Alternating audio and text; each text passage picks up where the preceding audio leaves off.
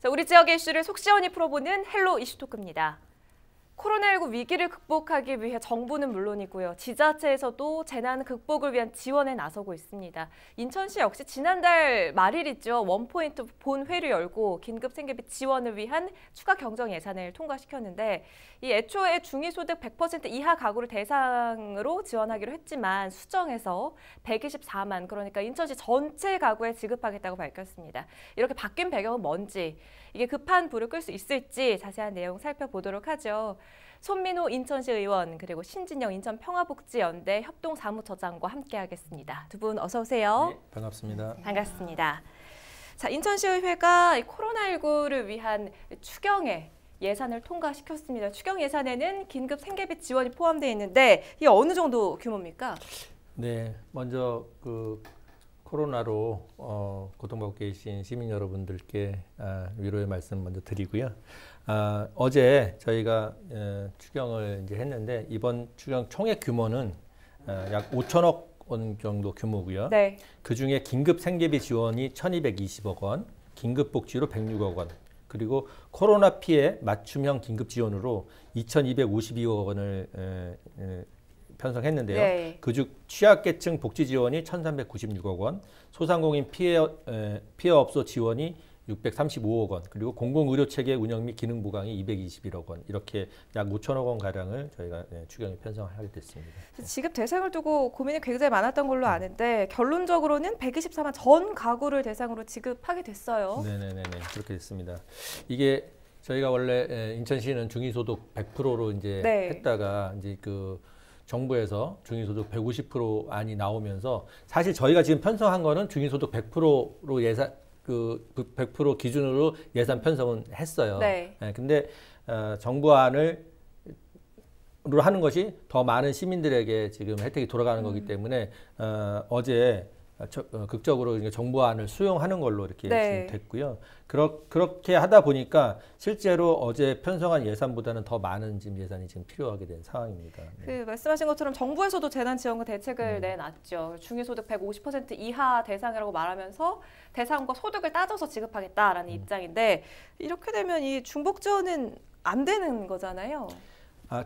그 중복 지원이라 지금 일단은 이제 지원되는 거를 좀 먼저 말씀을 드리면은 국가가 지금 이제 1인 가구 40만 원부터 쭉 60만 원, 80만 원에서 4인 가구 기준으로 했을 때 100만 원까지 이제 지원하는 안을 냈잖아요. 네. 그러다 보면 그 정부가 지원하는 금액은 거기서 80%, 그러니까 100만 원에 80%에 80만 원을 지원을 하고 그다음에 지자체가 광역시가 10만 원, 그다음에 이제 기초 단체가 10만 원. 이렇게 해서 지금 100만 원을 지원하는 안이 지금 이제 확정이 된 거고요. 네.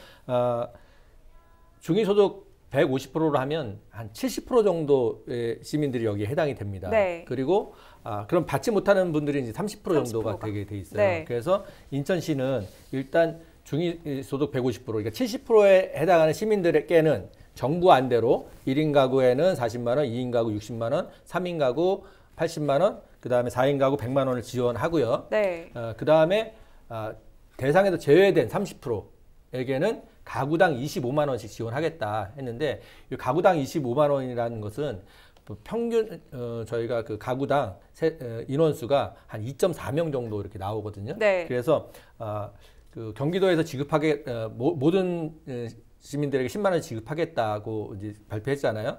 그 정도 모든 시민에게 한 10만 원 정도 지급하는 그 안이 되겠습니다. 그래서 70%의 시민들에게는 가구당 최소 40만 원 이상, 그 다음에 나머지 30% 지급받지 못하는 나머지 30%의 시민들에게는 최소 25만 원을 지급하겠다 하는 거, 일괄 25만 원을 지급하겠다는 것이 네. 인천시 안이고요.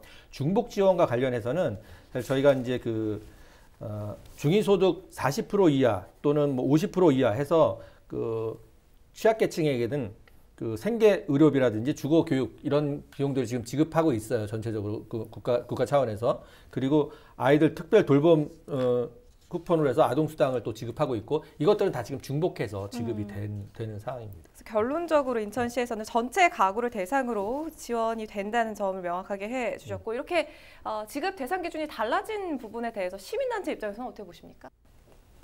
저희는 이번 코로나19의 장기화 이 상황에서 그 위기의 본질과 성격을 조금 더 반영한 정책 결정해야 되지 않았을까 싶습니다.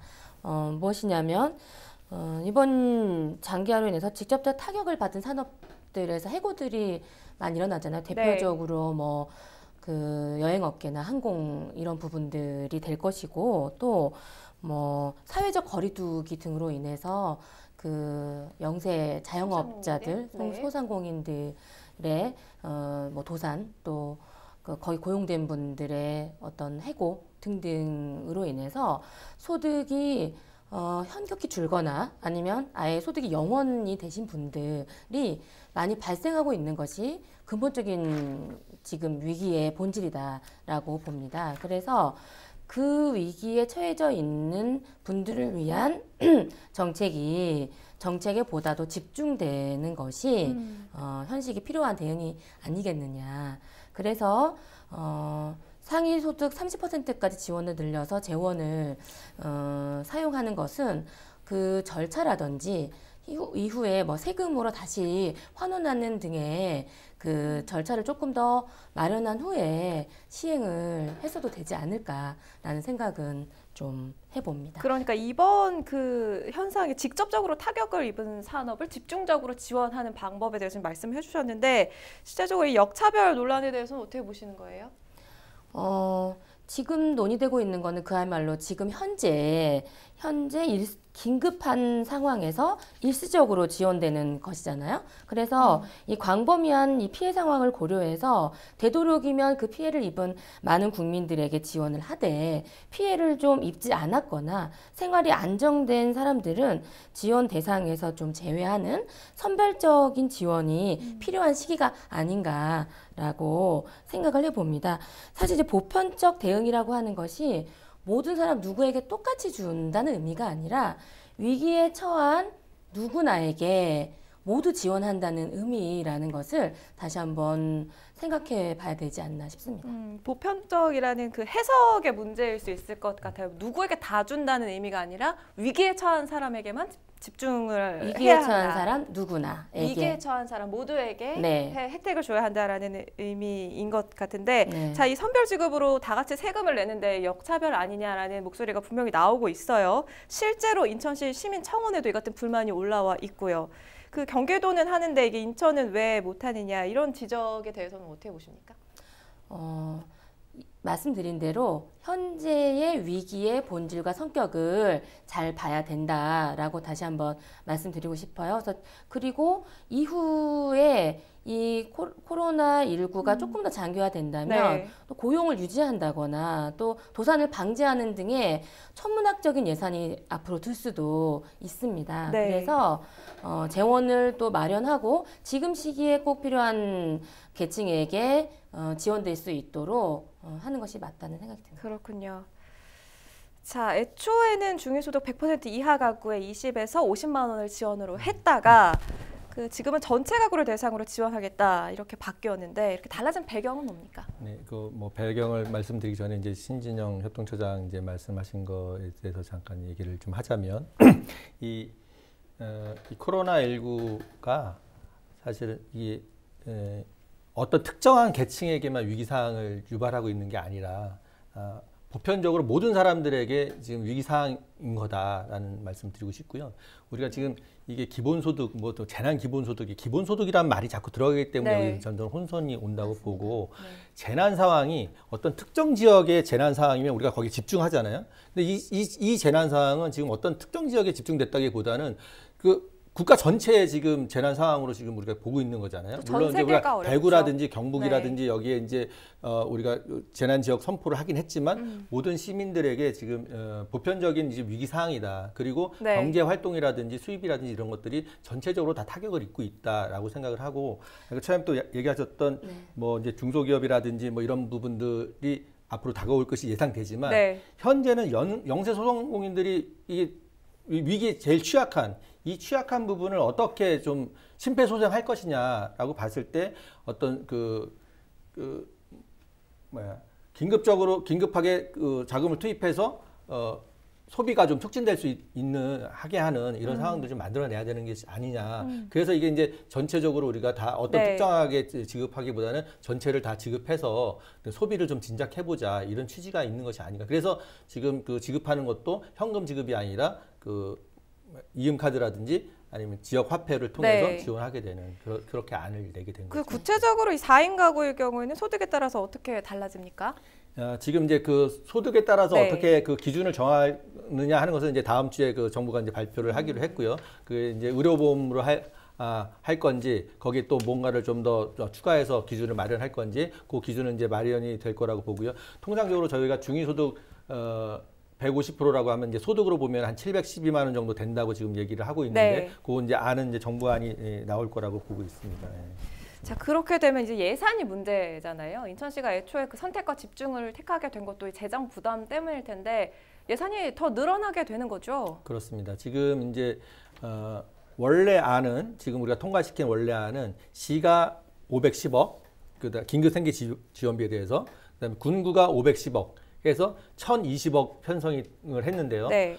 지금 중위소득 150%로 해서 70%까지 지원하는 거에 181억 원 정도가 더 추가로 들 걸로 예상이 되고 있습니다. 그 예산은 물론 우리가 그 재난관리기금이라든지 이런 데서 지금 뭐 여유가 좀 있기 때문에 커버를 할 수 있는 수준이라고 보는데 나머지 30%에게 지원하는 금액이 약 이제 900억 정도 예상이 되고 있습니다.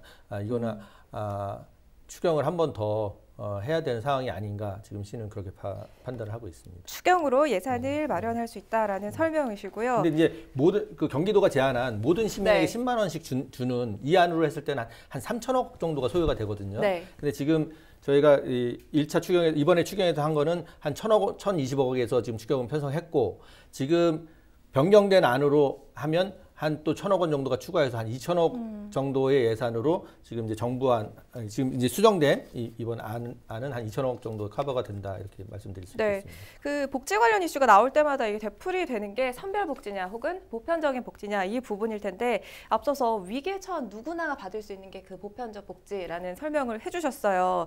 특히 이번 상황의 경우는 굉장히 빠른 대처가 관건일 텐데 선별하는데 이게 행정력과 비용이 더 들지 않느냐 이런 지적도 있거든요. 그럼 어떻게 보십니까? 우선 현재 상황에서 그 감염의 그 위험은 전 국민이라고 생각합니다. 누구에게나 있죠. 네, 누구에게나 있습니다. 그런데 소득 상실과 소득의 급격한 하락이라는 부분으로 위기 상황을 정한다면은 그걸 이 현재 위기의 본질로 본다면 그 대상이 좀 달라질 수 있다라는 얘기를 다시 한번 말씀을 드리고 네. 그런데 우리가 선별하는 과정에서 자산에 대한 조사가 오래 걸려요.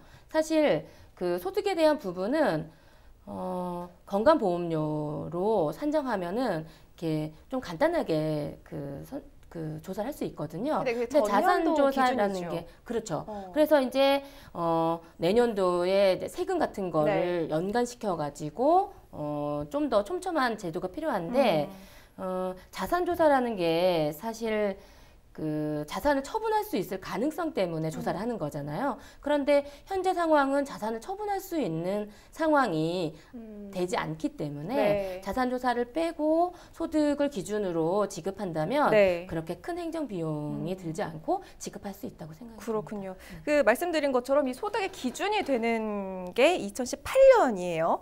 그러면은 지금 이 코로나19로 인해서 급격하게 어려움을 겪고 계신 분들이 계시다는 거죠. 여행 관련 업종이나 뭐 운수업 종사자, 급식조리원 이런 분들이 갑자기 소득 절벽에 맞닥뜨린 분들이 계시는데 이런 분들을 위한 대책도 필요할 것 같아요. 네, 그러한 부분에 대해서도 이제 대책을 좀 세우고 있는데요. 지금 현재는 이제 영세 소상공인들을 네. 위한 이제 지원책들을 내놓고 그 신용보증재단을 통해서 보증을 통한 대출 이건 뭐 지원이 아니라 대출 지원을 하는 거죠. 그래서 보증 지원을 하고 있다는 말씀드리고 이게 초기에 지금 진행될 때는 신용등급 6등급까지 밖에 지원이 안 돼서 네.